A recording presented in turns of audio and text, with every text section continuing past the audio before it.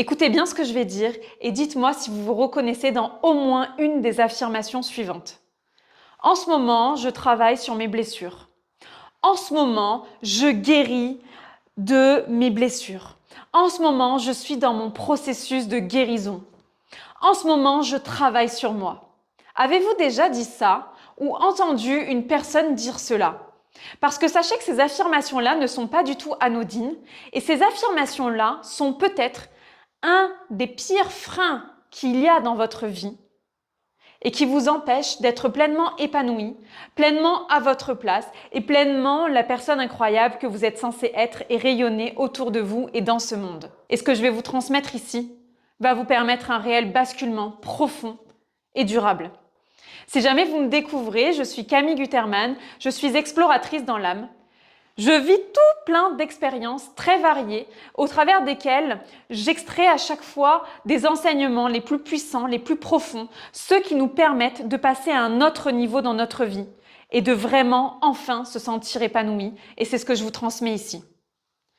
Alors pourquoi ces affirmations ne sont pas anodines et pourquoi c'est peut-être votre plus grand fardeau d'avoir déjà dit ça ou de croire que c'est normal de dire cela? Eh bien pour une raison très simple, c'est que vous n'êtes pas blessé. C'est vraiment la base de la vidéo, mais je vais vraiment le détailler au fur et à mesure du temps. Vous n'êtes pas blessé et laissez-moi vous expliquer en quoi vous ne l'êtes pas et comment vous êtes arrivé à croire que vous étiez blessé et peut-être même un objet défectueux que vous n'êtes pas. Vous êtes déjà parfait et parfaite tel que vous êtes et vous n'avez rien à changer. Une blessure, finalement, qu'est-ce que c'est? Une blessure, finalement, c'est que vous êtes dans une situation certainement qui est douloureuse, que ce soit en ce moment ou que ce soit par le passé, peu importe. Et cette douleur, vous l'interprétez. Et l'interprétation que vous en faites, c'est que si je ressens quelque chose de désagréable en ce moment, c'est parce que j'ai un problème. Si je ressens quelque chose d'inconfortable en ce moment, c'est parce qu'il faut que je travaille sur moi. C'est moi le responsable. Ce sont mes blessures qui me créent ce sentiment désagréable. Alors laissez-moi vous dire tout de suite, c'est faux, c'est totalement faux. Qu'est-ce que sont les blessures d'un point de vue purement concret? Une blessure, ça peut être des personnes autour de vous qui vous disent, moi je l'ai entendu plein de fois, je ne sais pas s'il y en a qui se reconnaîtront ici, tu te poses trop de questions. Le problème, c'est moi, je me pose trop de questions. On m'a dit ça des milliers de fois, s'il y en a qui se reconnaissent là-dedans. Non, je ne me pose pas trop de questions. Par rapport à d'autres personnes qui passent leur temps, qui sont peut-être des chercheurs, etc., qui passent leur temps, vraiment leur journée du matin au soir, non-stop, et certainement la nuit, ça les empêche de dormir. Par rapport à eux, je ne me pose pas trop de questions. Je me pose trop de questions par rapport à des personnes qui s'en posent moins. C'est une question d'environnement. Mais par rapport à moi-même, je me pose les questions auxquelles j'ai besoin d'avoir une réponse. Point, à la ligne. Si vous avez, par exemple, la fameuse blessure de l'abandon, donc vous avez certainement cette tendance à être très dépendant ou dépendante dans les relations. J'en parle parce que c'est mon cas et parce que je connais très bien ça. Alors on a pu me dire « Ah mais c'est vraiment gênant cette blessure parce que du coup tu es dépendante et tu as tout le temps besoin d'être avec les autres. » Oui, c'est vrai que c'est gênant dans un contexte où je serais seule et que du coup j'ai besoin d'être avec les autres et qu'il n'y a personne. Mais dans le contexte où je travaille en équipe, dans le contexte où j'ai beaucoup de relations autour de moi, amicales, familiales, amoureuses, dans le contexte où je suis très entourée, le fait d'être dépendante, en fait, fait de moi une personne qui est épanouie parce que je suis très entourée et pour être toujours entourée, j'ai développé des grandes compétences en création de relations. Je vous donne un autre exemple.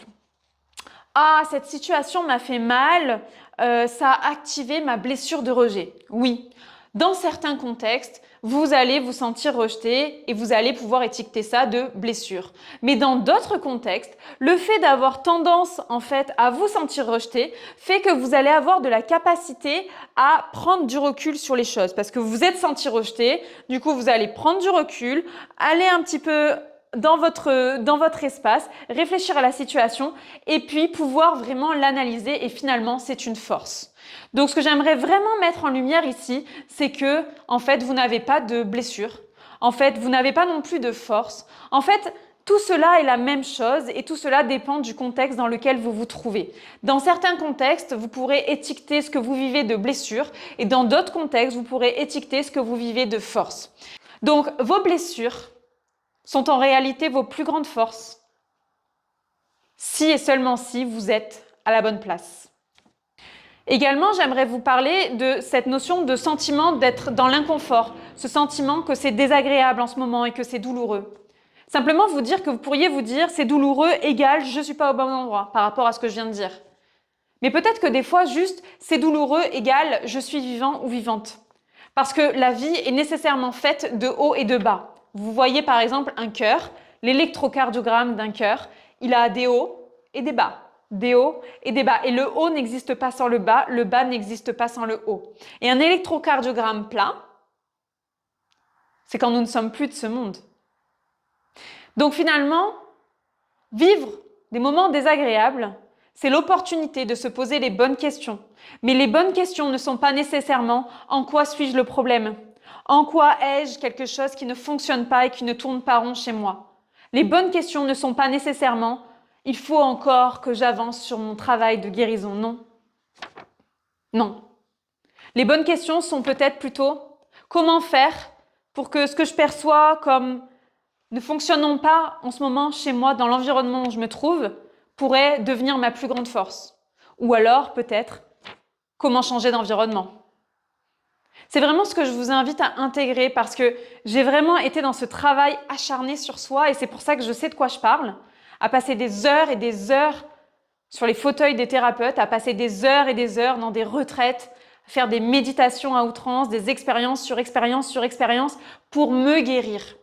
Le problème n'est pas de faire des milliers d'expériences, le problème est d'y aller avec cette intention de se guérir. Faire des tonnes d'expériences, même voir des thérapeutes peut être très utile, mais dans cette idée-là qu'on est dans une exploration, qu'il n'y a pas forcément de finalité, parce qu'il y aura toujours des hauts et des bas dans la vie, que votre vie est un processus d'apprentissage constant et permanent, et que parce que vous êtes humain ou humaine, eh bien vous ressentez des désagréments par moment.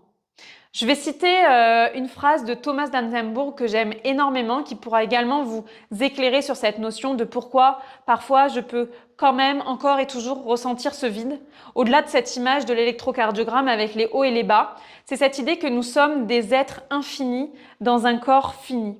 Et donc par moments, j'ai cette envie d'être ici et ailleurs, de faire ceci et cela, de parler avec cette personne et en même temps d'être bien cocooning avec mon livre et un petit thé chez moi.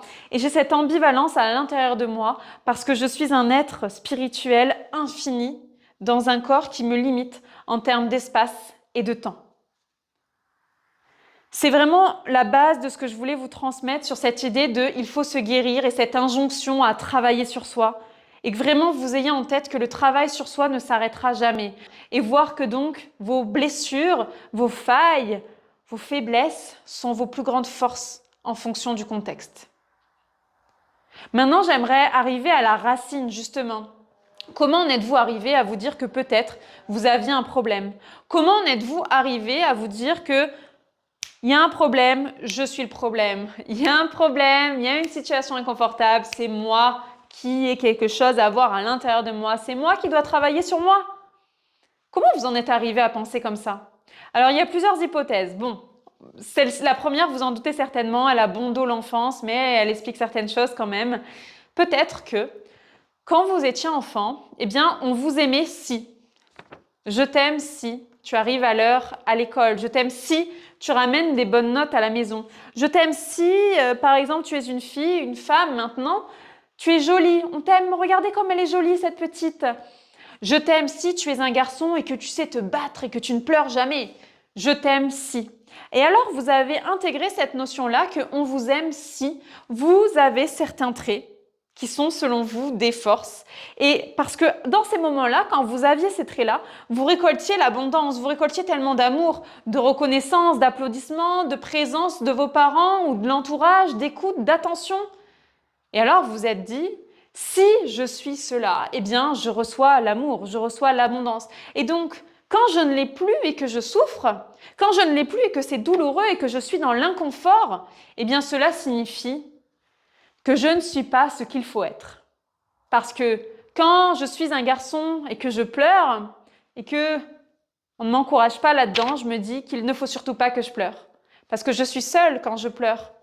Je n'ai pas d'amour, je n'ai pas de reconnaissance. Si je suis une petite fille et quand je m'apprête, tout le monde m'applaudit, tout le monde me dit que je suis magnifique, et quand je ne le fais pas, on ne me regarde plus, alors je me dis qu'il faut que je sois comme ça. Et quand je ressens de l'inconfort, du coup, c'est forcément que je n'ai pas fait comme il faut. Donc ça, c'est une des hypothèses premières. La deuxième hypothèse, c'est la société de consommation. Parce que nous sommes bassinés, on ne peut pas l'ignorer, autour de nous, de pubs, de publicités, d'injonctions à ce sera tellement génial quand j'aurai cette nouvelle voiture. Ce sera tellement génial, je me sentirai tellement une belle personne, une bonne personne, je serai reconnue, etc. quand j'aurai acheté cette nouvelle télé, ce nouvel écran, etc. Et la société de consommation joue beaucoup sur le manque, joue beaucoup sur, en fait, aujourd'hui, tu n'es pas assez parce que tu n'as pas ça. En fait, aujourd'hui, tu n'es pas bien parce que tu n'as pas ça. En fait, aujourd'hui, la solution, c'est achète. La solution, c'est si tu veux être bien, mange un Kinder Bueno. La solution, c'est si tu veux être bien avec ta famille, il faut absolument que tu ailles à cette accrobranche. Donc, tu n'es pas bien si tu n'es pas cette personne qui emmène ses enfants à l'acrobranche, etc., etc. Donc, la société de consommation nous pousse à dire t'es pas bien parce que t'as pas fait ce qu'il faut.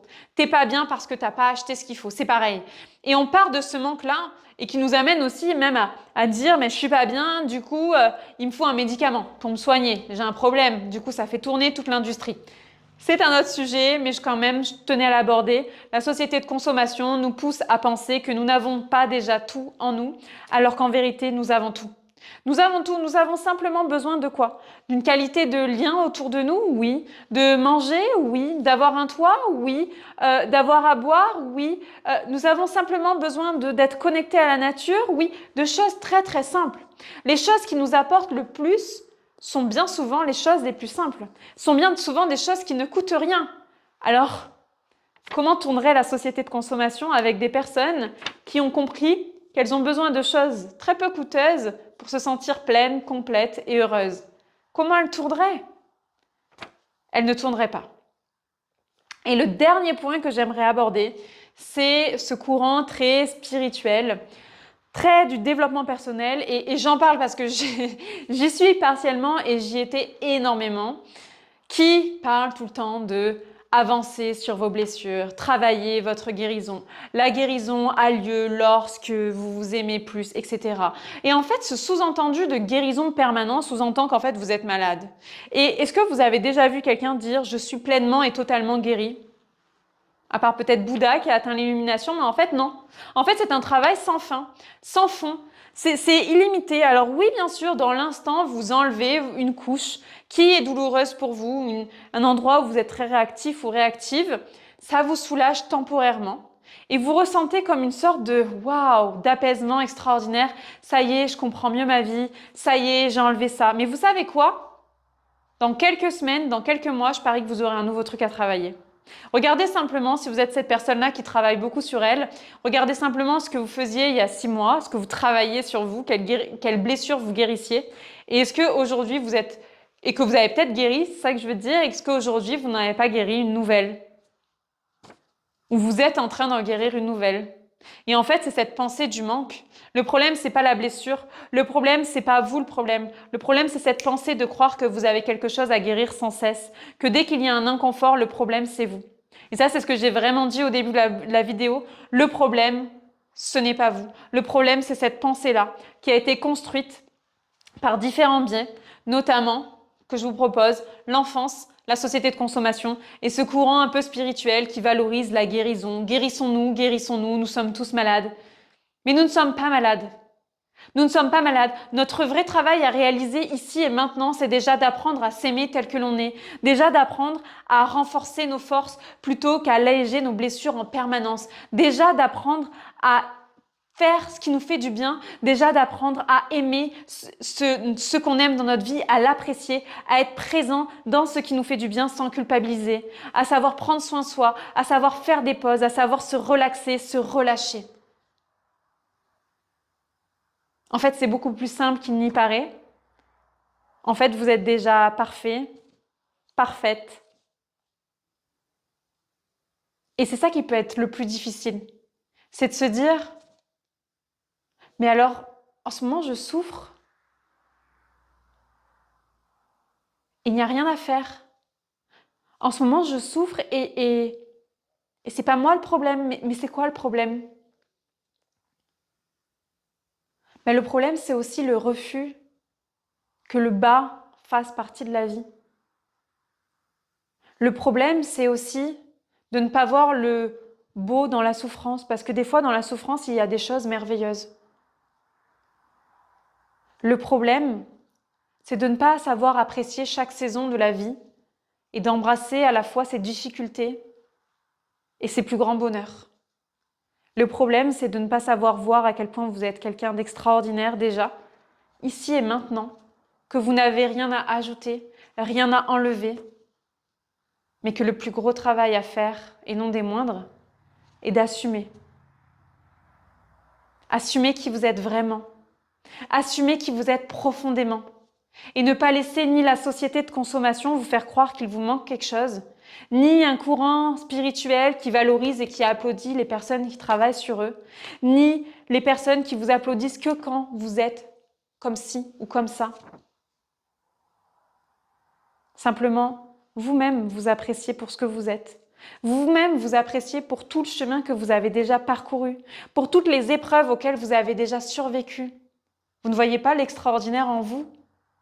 Vous ne voyez pas tout ce que vous avez déjà dépassé jusqu'ici? Vous ne voyez pas tout ce que vous avez déjà transformé? Vous ne voyez pas tout ce que vous avez déjà créé? Regardez-le. Regardez-le. Parce que ce qui va grandir, c'est ce que vous allez le plus regarder. Regardez la beauté que vous avez façonnée. Regardez la magnificence du chemin que vous avez parcouru, malgré les difficultés. Et ayez confiance en vous. Ayez cette foi que vous savez, que vous faites de votre mieux à chaque instant et que vous n'êtes pas un objet défectueux. Vous n'avez rien à reformater, à repenser, Vous avez simplement à assumer, à accepter, à aimer, à être présent. En fait, c'est beaucoup plus simple qu'il n'y paraît. Je vous souhaite de prendre soin de vous et je vous dis à très vite dans une prochaine vidéo.